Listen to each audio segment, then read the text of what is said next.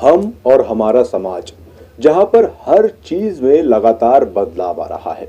संयुक्त परिवार से एकल परिवार, फिर सिंगल पेरेंट, व्यस्तता और बच्चों को टाइम ना दे पाना भी आपराधिक प्रवृत्तियों को आज के टीनेजर्स और बच्चों में डेवलप करने में सहायक होती है। और कहीं ना कहीं हमारा सोशल मीडिया भी इसमें बहुत हद तक जिम्मेदार है। मैंने इस बात की तह तक जाने की जब कोशिश की कि आखिर वो क्या वजह होती है जब कोई टीनेजर किसी की हत्या कर देता है या फिर आत्महत्या कर लेता है। इसमें कुछ एक्सपर्ट की राय ली गई। आइए सिलसिलेवार तरीके से जानते हैं कि किसने क्या कुछ कहा है। आज के वर्तमान समय में बच्चों की मानसिक स्थिति और उस पे पड़ने वाले दुष्परिणाम जो हैं वो आज की सोसाइटी में सामने नज़र आते हैं। जैसे कि कोई भी बच्चा फांसी लगा लेता है, आत्महत्या कर लेता है या अपने सगे संबंधियों का ही कत्ल कर देता है या मर्डर कर देता है, वो भी बहुत नृशंस तरीके से, जिसका कि हमें कोई रीज़न इतना एपरेंट नहीं दिखता है। सामने ना दिखते हुए भी छोटी छोटी चीज़ों के लिए ज़रा सी बात पर डांट देने पर सुसाइड कर लेना या ज़रा सी बात पर बिल्कुल आक्रामक हो जाना। तो ये आक्रामकता कहाँ से उनके मस्तिष्क में आ रही है? इसका सबसे बड़ा कारण मीडिया है, सोशल मीडिया है। और उसके अलावा जो ये ऑनलाइन पढ़ाई या ऑनलाइन बच्चे सारे टाइम रहते हैं, उसमें वो क्या देखते हैं, कौन सा गेम खेलते हैं। पबजी जैसे विकृत गेम्स ने उनकी मानसिकता को बहुत दूषित किया है। डीएवी में मनोविज्ञान विभाग की एचओडी सरिता जी ने सही ही कहा कि कहीं ना कहीं सोशल मीडिया इसका जिम्मेदार है। पर इसको साइकियाट्रिस्ट किस नजरिए से देखते हैं? आखिर क्या कारण होते हैं कि एक व्यक्ति बिना सोचे समझे अपने ही सगे संबंधियों की हत्या कर देता है? आइए सुनते हैं कि क्या कुछ कहना है साइकियाट्रिस्ट डॉक्टर गणेश शंकर का। जो क्रिमिनल्स होते हैं उनके कुछ पर्सनालिटी ट्रेट्स होते हैं जो उनको क्रिमिनल बनने पर मजबूर करते हैं।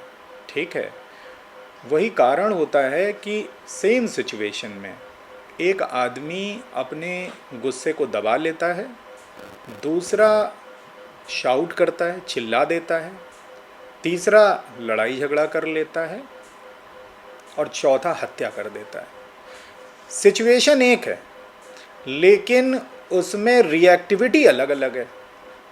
चार लोग चार प्रकार की डिफरेंट पर्सनैलिटी से बने हुए हैं।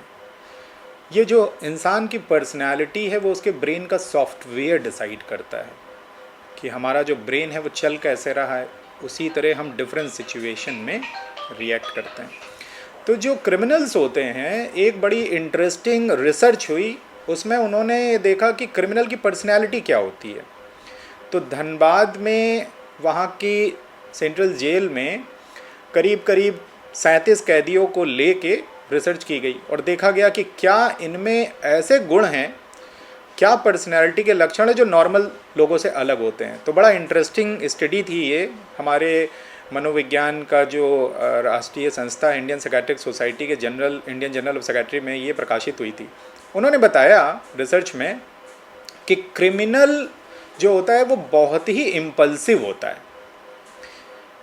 यानी कि उसे जो करना है अचानक कर जाएगा। वो सही और गलत के आकलन में नहीं जाता, वो तुरंत कर बैठता है। जो उसका मन कहता है करना चाहिए, जो उसे अच्छा लगा वो कर जाता है। नंबर एक, इम्पल्सिविटी। दूसरी है कि ये बहुत भावुक होते हैं, बहुत इमोशनल होते हैं। और हमेशा याद रखने की चीज़ है कि emotionality is inversely proportional to intelligence, यानी कि अगर जो आदमी जितना भावुक होगा वो सही निर्णय लेने में चूकेगा। तो ये भावुक बहुत होते हैं। तीसरा होता है कि ये बहुत ही बेबाक होते हैं, स्वच्छंद होते हैं, यानी स्पॉन्टेनिटी बहुत हाई होती है इनमें। जो भी इनको कहना होगा कह देंगे, बोलना होगा बोल देंगे। तो कई बार इमेज भी खराब हो जाती है। लेकिन एक चीज़ और बड़ी इंटरेस्टिंग पकड़ में आई इस रिसर्च में कि इनमें बुद्धिमत्ता में कमी नहीं होती है, बल्कि नॉर्मल लोगों के बराबर या उनसे थोड़ी ज़्यादा ही इंटेलिजेंस होती है। तो इंटेलिजेंस में कमी नहीं होती। अगर कोई कहता है कि बुद्धि में कमी है इसलिए क्रिमिनल बन गए, तो ऐसा नहीं है। एक और भी बहुत इंपॉर्टेंट फैक्टर मैं आप लोगों के प्रकाश में डालना चाहूँगा कि चाइल्डहुड से पहचाना जा सकता है। कैसे पहचाना जा सकता है? एक डिसऑर्डर हम लोग कहते हैं, बच्चे हमारे पास अक्सर आते हैं टीन एज के, तो किशोरावस्था के जो बच्चे आते हैं उनमें एक हम लोग कहते हैं अपोजिशनल डिफायंट डिसऑर्डर, या कई बार हम लोग कहते हैं कॉन्डक्ट डिसऑर्डर, ऐसे बच्चे हमारे पास लाए जाते हैं इलाज के लिए। उनके माता पिता लाते हैं। क्यों लाते हैं? ऐसे बच्चे बहुत झगड़ालू प्रवृत्ति के होते हैं। घर में, स्कूल में, पास पड़ोस में इनकी इमेज बड़ी ख़राब होती है। इन्हें कहा जाता है ये बदमाश है, ये नियम नहीं मानता, ये स्कूल गोल कर देता है, स्कूल से भाग जाते हैं और बहुत जल्दी झगड़ा कर लेते हैं। साथ में ये बहुत जल्दी नशे की प्रवृत्ति की तरफ भी बहुत जल्दी कम एज में ही आ जाते हैं। तो ये काफ़ी इम्पॉर्टेंट वो ऐसे ट्रेड्स हैं जो कि हम कम एज में ही आइडेंटिफाई कर सकते हैं। अगर इस प्रकार के ट्रेड बच्चे में आ रहे हैं, इस प्रकार के लक्षण हमें दिख रहे हैं, तो हमें समझ में आना चाहिए कि फ्यूचर में इस प्रकार का बच्चा आपराधिक प्रवृत्ति की तरफ भी जा सकता है। समय रहते हम उसको बचा सकते हैं। तो ये जितने भी मैंने पर्सनैलिटी से जुड़े एस्पेक्ट बताए हैं, ये ही आगे चल के एक इंसान को आपराधिक घटना करने के लिए बाध्य कर देते हैं। चीज़ें उसके नियंत्रण में नहीं होती। तो ये तो थी साइकेट्रिस्ट की राय, लेकिन एक अपराधी जब अपराध करने के बाद जेल पहुंचता है और वो एक लंबा समय जेल में गुजारता है, वहां पर उस अपराधी की मनोदशा का क्या हाल होता है, ये बता रहे हैं कानपुर जिला कारागार के जेल अधीक्षक RK जायसवाल।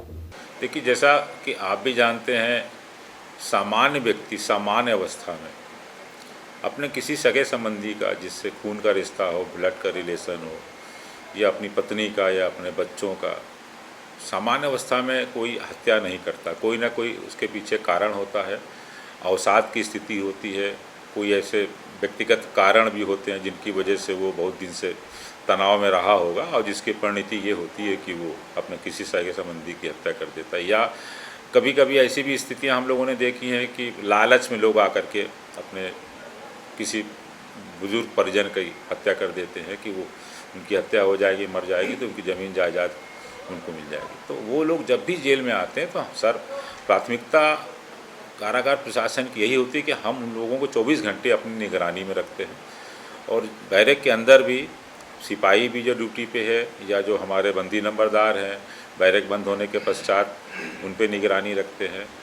ज़रूरत पड़ने पर उनको हम लोग अपने जो जेल के डॉक्टर हैं उनको दिखाते हैं। अगर उसमें भी स्थिति नहीं थोड़ी कंट्रोल में आ रही है तो साइकेट्रिस्ट मानसिक रोग विशेषज्ञ को बुला के उसको दिखाते हैं।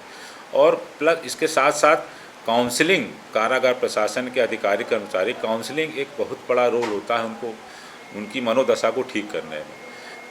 वो जेल में आए हैं तो हमारा ये दायित्व बन जाता है कि हम उनके गार्जियन के रूप में उनके साथ व्यवहार करें। हमको ये उनको महसूस कराना है कि नहीं, उनके साथ कारागार प्रशासन के अधिकारी कर्मचारी हमेशा उनके साथ हैं, उनके सहयोग में हैं और उनको किसी प्रकार की कारागार में असुविधा ना हो जो बाहर हो करके, क्योंकि उसमें उन लोगों में आत्मग्लानि बहुत होती है और डिप्रेशन की स्थिति होती है। तो काउंसलिंग करके हम लोग उनको धीरे धीरे एक सामान्य अवस्था में ले आते हैं और बाद में वो स्वस्थ हो जाते हैं। उसमें मेन चीज़ ये होती है कि जिस भी स्तर का है, अगर उसको बेटा बोल सकते हैं, भाई बोल सकते हैं, मित्र बोल सकते हैं, खाने के बारे में उससे पूछ सकते हैं, खाना नहीं खा रहा है, गुमसुम बैठा है, किसी से बात नहीं कर रहा, इन सब चीज़ों को हम लोग बहुत बारीकी से देखते हैं, समझते हैं और उनको सामान्य अवस्था में लाने का पूरा प्रयास करते हैं। पूत के पाँव पालने में दिखने लगते हैं, ऐसी कहावत हमारे भारत में बहुत प्रचलित है और कहीं ना कहीं ये कहावत बिल्कुल सही है। लेकिन आज के दौर की अगर बात की जाए तो ये कहावत उन पेरेंट्स के लिए गलत साबित हो रही है जो अपने बच्चों को बचपन से ही देख नहीं पा रहे हैं, उन्हें समझ नहीं पा रहे हैं, या यूँ कहा जाए जो परिवार से अलग होकर के जो हम लोग अलग थलग हो गए हैं और अलग तरीके से रह रहे हैं। तो कहीं ना कहीं एक क्रिमिनल प्रवृत्ति के पीछे की अगर बात की जाए तो बचपन से ही एक बच्चे में ये मानसिकता विकसित होने लगती है जिसे परिजन जो है नज़रअंदाज करते हैं। न्यूज़ प्लस की टीम ने आज मनोचिकित्सक से भी बात की, जेल में जाकर के जेल अधीक्षक से भी बात की और क्रिमिनल जो इस तरीके की घटनाएं कर रहे हैं, आजकल जो क्राइम फैल रहा है कि परिवार के लोग ही अपने परिवारजन की हत्या कर रहे हैं, उसको लेकर के मनोचिकित्सक का भी यही कहना था कि कहीं ना कहीं उसका सबसे बड़ा कारण अवसाद होता है, डिप्रेशन होता है और परिवार से अलग होना होता है। बचपन से ही बच्चे जो होते हैं वो आजकल मोबाइल फ़ोन पर ज़्यादा ध्यान देते हैं। अपने परिवार के लोग जो होते हैं, माता पिता जो होते हैं, वो बच्चों को टाइम नहीं दे पाते, जिसके कारण वो गलत संगत में पड़ जाते हैं और उनकी जो एक प्रवृत्ति है, मानसिक जो विकास है, वो कहीं ना कहीं उसी दायरे में होने लगता है जो एक आगे चलकर अपराध का रूप ले लेता है। वही हमने जब जेल अधीक्षक से बात करी तो उनका भी यही कहना था कि जो क्राइम के पीछे सबसे बड़ा कारण होता है वो अवसाद होता है। जब एक अपराधी अपराध करके जेल में आता है तो उसकी जब मॉनिटरिंग की जाती है तो वो परेशान होता है, वो पूरी तरीके से टूट चुका होता है और आत्महत्या जैसा कदम भी उठाता है जेल में रह के। और उसका सबसे बड़ा कारण उसकी जो प्रवृत्ति होती है, उसका जो लालन पालन होता है, वो होता है जो बचपन से ही उसे क्रिमिनल प्रवृत्ति का बना रहा होता है। तो इसीलिए न्यूज़ प्लस सभी परिवारजनों से ये अपील करता है कि अपने बच्चों को समझिए, उनकी चीज़ों को समझिए, वो क्या करना चाहते हैं उसको समझिए और किसी भी तरीके का प्रेशर अपने बच्चे पर मत दीजिए, क्योंकि वो जो बनना चाहता है उसको वही बनने दीजिए, तो उसका जो मानसिक विकास है वो अच्छा होगा और इन तरीके की चीज़ों में उसका जो विकास है वो रुक जाएगा और हमारे देश और हमारे प्रदेश में जो इस तरीके की घटनाएं होती हैं वो घट जाएंगी। और ज़रूरत होने पर एक टाइम टेबल के आधार पर ही मोबाइल का जो यूज़ कर रहे हैं बच्चे, उन्हें टाइम टेबल के आधार पर ही मोबाइल का यूज़ करवाइए, जैसा कि हमारी एक प्रोफेसर जो थी मनोविज्ञान की, उन्होंने भी बताया था। कैमरा पर्सन वीरेंद्र सिंह के साथ अविरल गुप्ता, न्यूज़ प्लस, कानपुर।